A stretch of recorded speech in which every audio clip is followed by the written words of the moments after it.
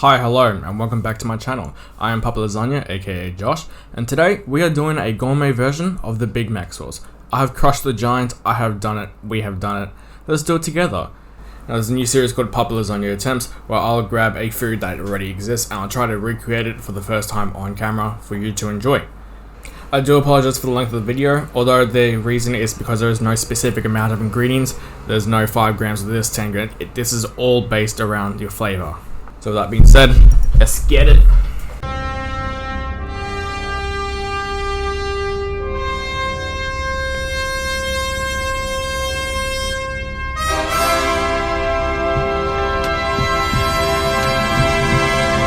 First off, we'll need to make the mayonnaise. So with this, we'll just add 2 eggs into the blending vessel itself. They're straight from the fridge, so they're nice and cold. 1 and 2. I'll be doing this with a immersion blender. I did not realize that was on. Thank God I did not put my finger there. A small amount of mustard powder. Now don't be fooled by the bottle. This is actually just regular canola oil. So you either got to use canola oil, vegetable oil, or sunflower oil because they have a very neutral flavor. Otherwise, olive oil would ruin the taste of it and does not work as well for mayonnaise. Then we'll add that in here and we'll blend it from the bottom and slowly bring the immersion blender higher and higher. Now we're gonna add a little bit more oil.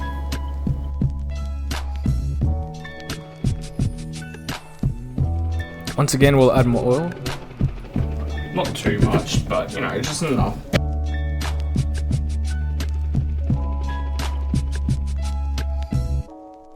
As you can see, it's already starting to develop that thick kind of thingamajig.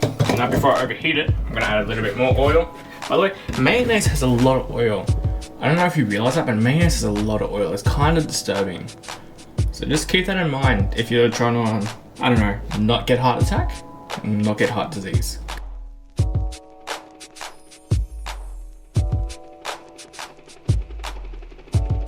Now I'm going to swap over to my whisk attachment. I'm going to give this a taste. Now I'll swap over to my whisk.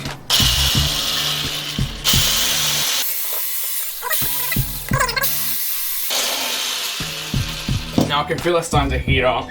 So while I make the rest of our gourmet ingredients, I'm going to put this in the fridge. So here we go. Got crushed garlic, got finely diced onion, salt, white sugar, paprika, tomato paste concentrate, cinnamons, white wine vinegar, black pepper. I need to brush my teeth more. So that's how you open a garlic, you just press down on it. I mean, the power of garlic, just ask my nonna. The power of garlic, if superpowers existed in this world, garlic would be the superhero. And its power is doing whatever the heck it wants. Just ask my nonna, she'll confirm it to you. The garlic is beautiful. Time for the onion. Beautiful.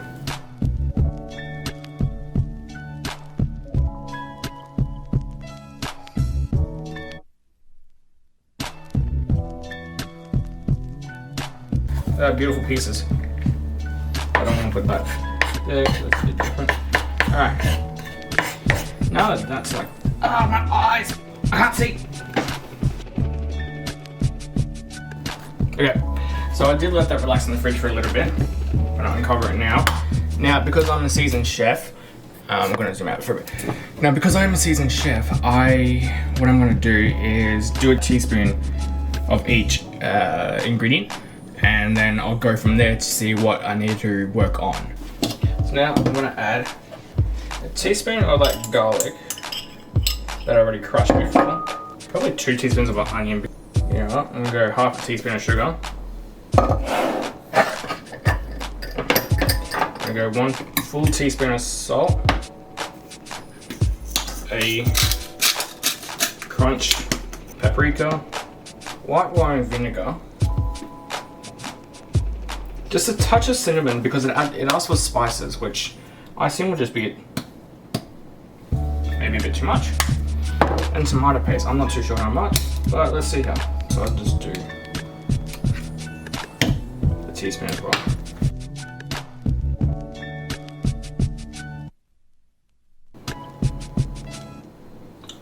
Not gonna lie, that is actually really good.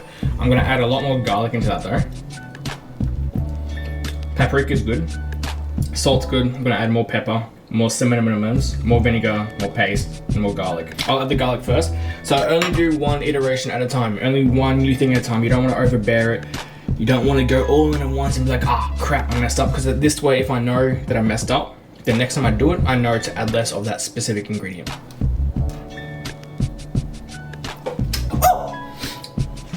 That's definitely good for garlic. I think onion-wise, I could add more, but I don't want to yet. I'll leave it to the end. I'm gonna add in like 1.5, almost 2.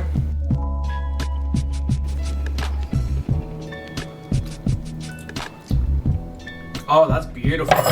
That's beautiful. Now, I think I'm gonna add more paste. I feel confident doing that much paste.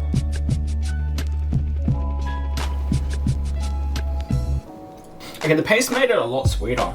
Here we go, pepper. That's 1.5 teaspoons there. And some cinnamons. Oh, crackers. That's a lot of cinnamons. Maybe too many cinnamons.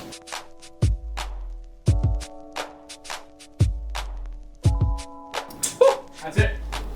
And obviously, the actual sauce itself. Look at that. That looks really good.